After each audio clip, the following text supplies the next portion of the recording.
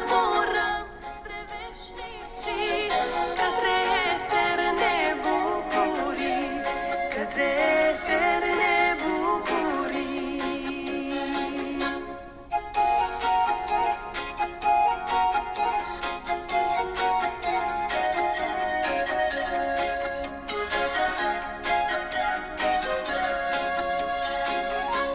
O, Doamne, adu aceia zori, acele veșnice splendori, aceea zi noi o dorim și de departe o zărim, și de departe o zărim.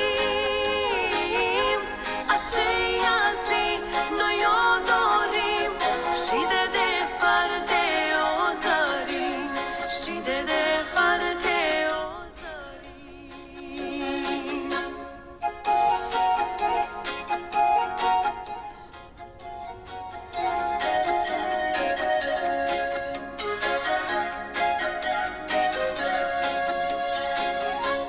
Ajută-ne în încercări,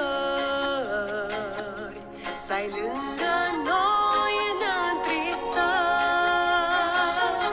să ne păstrăm, Doamne, curați, până la cer vom fi luați, până la cer vom fi luați.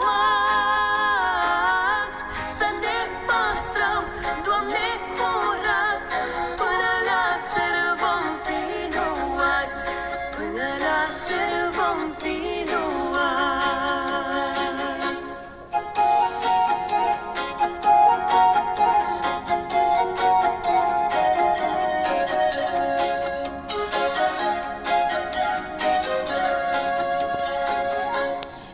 Ierusalim, oraș ceresc, locaș preasfânt dumnezeiesc, îmi arde dorul aprins în piept, de câtă vreme te aștept, de câtă vreme te aștept. Mi-așa de dor, mi-așa de dor, spre tine odată vreau să zbor, spre tine odată vreau să zbor.